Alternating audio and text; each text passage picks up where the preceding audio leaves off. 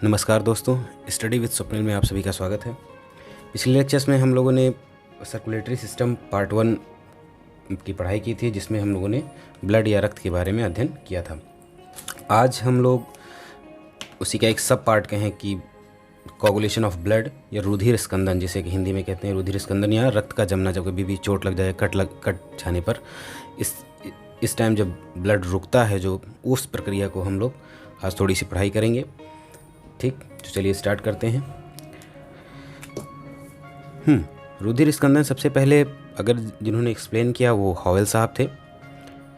याद रखिए, इसके साथ कभी कभी कोई क्वेश्चन पूछता भी है कि एग्ज़ाम्स में कि जो ब्लड सर्कुलेशन का फ्लो, मतलब ब्लड सर्कुलेशन का जो प्रोसेस था, उसको किसने पता किया, तो वो आपके विलियम हार्वी साहब थे। विलियम हार्वी साहब। तो याद रखिएगा, कंफ्यूज मत होइएगा कि कोगुलेशन ऑफ ब्लड और ब्लड सर्कुलेशन में। याद रखिए, जब तक शरीर के अंदर, यानी अभी कभी चोट नहीं लगी है या कोई चीज़ कट नहीं लगा है, उस टाइम हमारा ब्लड एक नॉर्मल फ्लो में रहता है, यानी एक सॉलिड स्टेट में रहता है।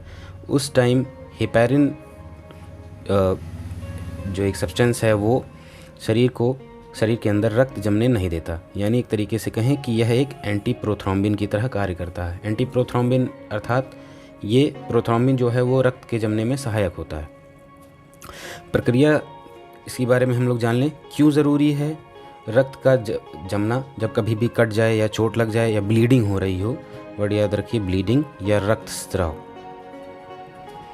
रक्तस्राव के समय में क्यों ज़रूरी है रक्त स्कंदन?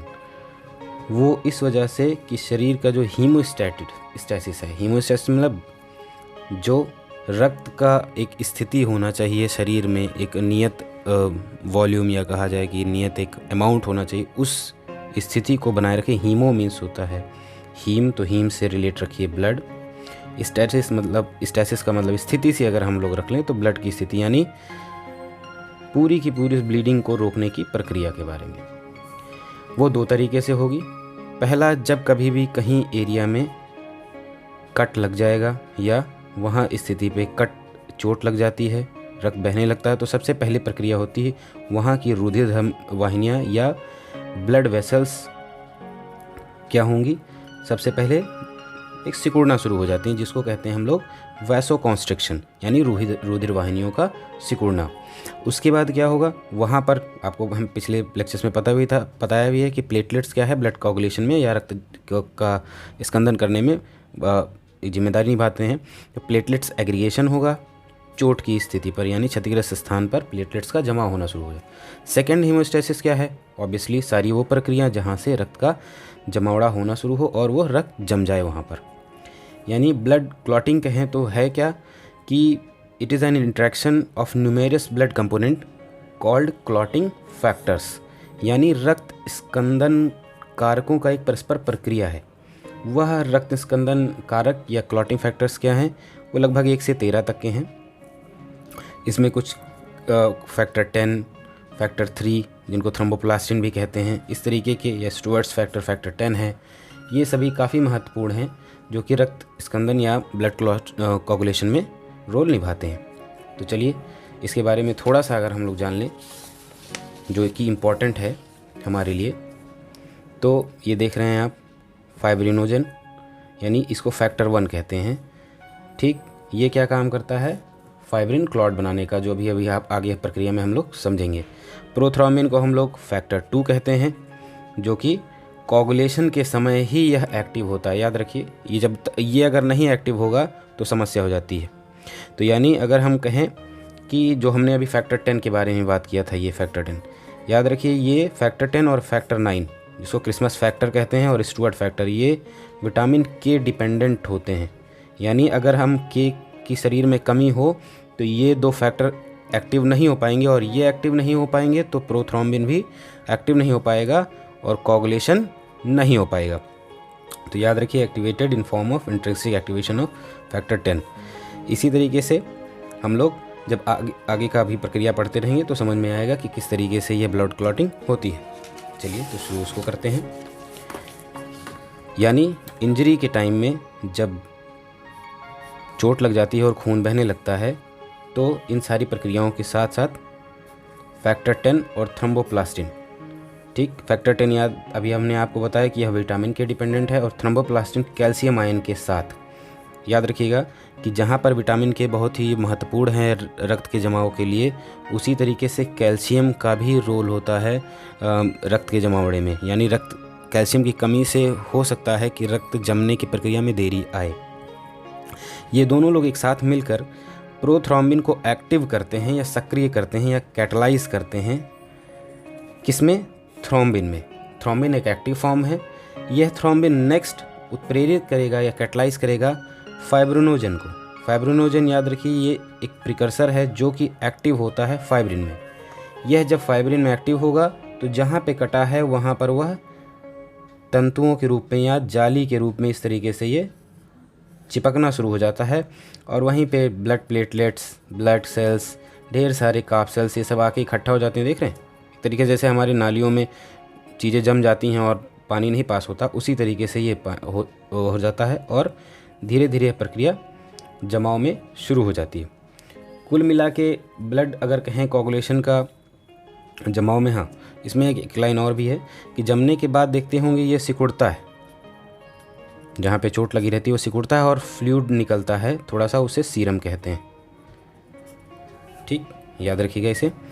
उसके बाद अगर हम कहें कि ब्लड जमने की जो प्रक्रिया है वो लगभग कितने से कितने देर में होती है रक्त स्कंदन की प्रक्रिया, तो वो होती है 2 से 8 मिनट। ये टेस्ट ट्यूब में अगर आप रखें इस तरीके से, तो कभी कभी कहा जाता है कि हम टेस्ट ट्यूब में रखते हैं ब्लड नहीं जमता, तो कोई ना कोई तो कंपोनेंट होगा जो कि ब्लड कोगुलेशन को रोकता है। हाँ, वो कंपटीशन के बहुत ही इंपॉर्टेंट क्वेश्चंस हैं, जैसे EDTA हुआ, सिट्रेट हुआ, ऑक्सलेट है, हिपैरिन, यह एक नेचुरल एंटीकोगुलेंट है। सवाल कभी कभी आ जाता है प्राकृतिक रूप का एंटीकोगुलेंट यूज़ किए जाने वाला कौन है इनमें से, तो वो है हिपैरिन। इन सभी को हम लोग ट्यूब्स में आप लगा हुआ पाएंगे। इसमें अगर आप ब्लड डालते हैं तो वह ब्लड जमता नहीं है और वेरियस पैथोलॉजिकल टेस्टिंग के लिए अवेलेबल रहता है। प्रोथ्रोम्बिन और fibrinogen in presence of vitamin की ये बनेंगे कहाँ, तो याद रखिए ये सभी के सभी जितने भी हमारे कोगुलेशन फैक्टर्स थे, ये सभी का अप्रॉक्सीमेट निर्माण लीवर या यकृत में होता है। यानी लीवर का हमारे लिए अच्छा होना बहुत ज़रूरी है। कहते भी हैं कि अगर लीवर स्वस्थ है तो सब कुछ स्वस्थ है। वर्ड एक और भी याद रखें, थ्रोम्बस।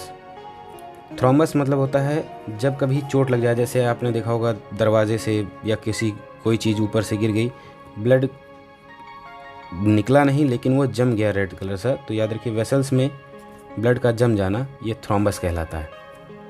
यानी वाहिनियों में रुधिर का जमना थ्रोम्बस कहलाता है। ठीक, रुधिर का याद रखिएगा थोड़ा सा एक की नोट्स कि RBC, WBC और प्लेटलेट्स, इन सब की संख्याओं के बारे में भी कि RBC का लगभग 50 से 55 लाख पर मिलीमीटर क्यूब का होता है, और WBC वो होती है 5 से 9 हज़ार का। WBC बीमारियों के टाइम में, इन्फेक्शन के टाइम में घटना बढ़ना इनका चलता रहता है। प्लेटलेट्स करीबन 3 लाख के आसपास होती हैं। एक वर्ड बहुत ही ज़्यादा पूछा जाने वाला एग्ज़ाम में है, वो है हीमोफीलिया। हीमोफीलिया में रक्त का जमना नहीं हो पाता जब कभी भी कट जाता है या बहुत देर में जमता है। यह एक आनुवांशिक या हेरिडिटी डिजीज़ है। ठीक, इसमें फैक्टर 8 का डिफिशियंसी हो जाने पर, और अक्सर उनमें आप विटामिन के की भी डिफिशियंसी पाएंगे या कमी पाएंगे, तो फैक्टर 8 की अनुपस्थिति या सही से ये एक्टिव ना हो पाए और विटामिन के की डिफिशियंसी के कारण हीमोफीलिया नामक रोग उत्पन्न हो जाता है, जो कि यह एक आनुवांशिक बीमारी है। ठीक, तो लगभग जो हमारा क्लॉटिंग फैक्टर का है एक छोटा सा ही एक नोट्स है, इसको हम एक बार फिर से रिवाइज कर दें तो एक्सप्लेन बाय द हॉवेल। और हिपैरिन क्या करता है, शरीर के अंदर रक्त को जमने नहीं देता, जो कि एंटी प्रोथ्रोम्बिन का काम करता है।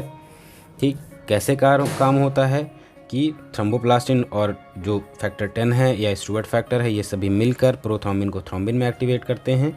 थ्रोम्बिन क्या करता है, एक्टिवेट करता है फाइब्रिनोजन को फाइब्रिन में। फाइब्रिन क्या है, तंतुओं के रूप में, वह जाली के रूप में इकट्ठा होता है और वहाँ पर ब्लड सेल्स आके इकट्ठा हो जाती हैं और रक्त का जमाव होना शुरू हो जाता है। सभी जो फैक्टर्स बनने के कार्य हैं वो लीवर में बनते हैं। क्लॉटिंग टाइम 2 से 8 मिनट का होता है। इन जो लैब पैथोलॉजी वाले टेस्ट ट्यूब लिए रहते हैं जिसमें एंटीकोगुलेंट पड़ा रहता है, जो एक तरह से स्कंदन को रोकता है, वो EDTA हो गए, सिट्रेट हो गए, ऑक्जिलेट, हेपेरिन, इस तरीके के एंटीकोगुलेंट्स होते हैं। हीमोफीलिया एक आनुवांशिक बीमारी है जिसमें रक्त का जमना नहीं हो पाता है। वह फैक्टर 8 की अनुपस्थिति के कारण होता है और उनमें विटामिन के की भी कमी पाई जाती है। लगभग RBC के थोड़े से संख्याओं के तो 50 से 55 लाख के आसपास हैं और WBC 5 से 9 हज़ार, प्लेटलेट्स करीब 3 लाख प्रति मिलीमीटर क्यूब के आसपास होता है। इस वीडियो को देखने के लिए आप सभी का बहुत बहुत धन्यवाद। कृपया करके लाइक, शेयर और कमेंट ज़रूर करें। उसमें आप बताते रहें कि आगे की वीडियोस हम लोग किस टॉपिक्स पे लाएं, और प्लीज़ शेयर ज़रूर करिए and subscribe my channel also. आप सभी का बहुत बहुत धन्यवाद। जय हिंद।